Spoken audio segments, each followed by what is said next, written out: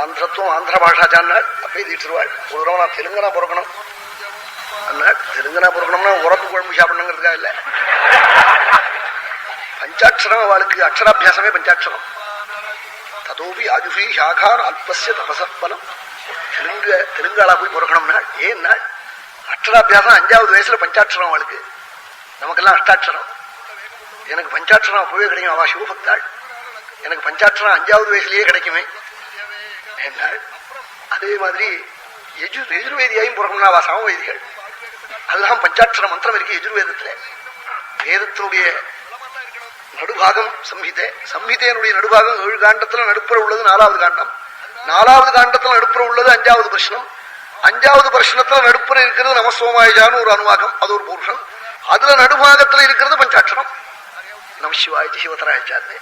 அது என்னன்னா உயர்ந்த ரத்னத்தை கூட்டி பவுன் பெறக்கூடிய உயர்ந்த பச்சை நீளத்தை பட்டாணி கடலை வைக்கிற இடத்துல அவங்க வச்சிருப்பான். அது அப்படியே பெரிய பங்களாக்குள்ள ரூமுக்குள்ள இரும்பு பொட்டிக்குள்ள அதுக்குள்ள ஒரு சின்ன அறைக்குள்ள அதுக்குள்ள ஒரு தங்க பொட்டிக்குள்ள வச்சிருப்பான். அது மாதிரி பஞ்சாட்சரத்தை கொண்டு வச்சிருக்கான். அப்படிப்பட்ட பஞ்சாட்சரம் நான் தெலுங்கனா பிறந்தா எனக்கு 5வது வயசுலயே கிடைக்குமே, அக்ஷராபியாசமே ஆகுமே. இனிமே பூனை போட்டதுக்கு அப்புறம்னா பஞ்சாட்சரம் நான் எத்தனை காத்துட்டு இருக்கிறதுனால தீட்சிருவாள். நல்ல மனுஷால் பஞ்சாட்சரத்தை உபதேசம் பெற்றுக்கிறேன். ஒரு கோஷ்டி சேர்ந்தவாளாகினால நல்ல ஹிருதயம் உருகி பேசுறாள். வாஸ்தவமா தெய்வத்தை பத்தி அப்படி பேசிக்கிட்டா ஒருத்தர் பேசிக்கிட்டா அது ஒரு சந்தோஷமா இருக்கு.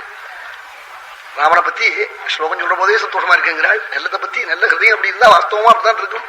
அவா ராத்திரி போய் எப்படி இருக்குங்கிறாள். எனக்கு உபன்யாசத்துக்கு முன்னாடி 2-3 மணி முன்னாடி ராமாயணமா நான் இருக்கேன்.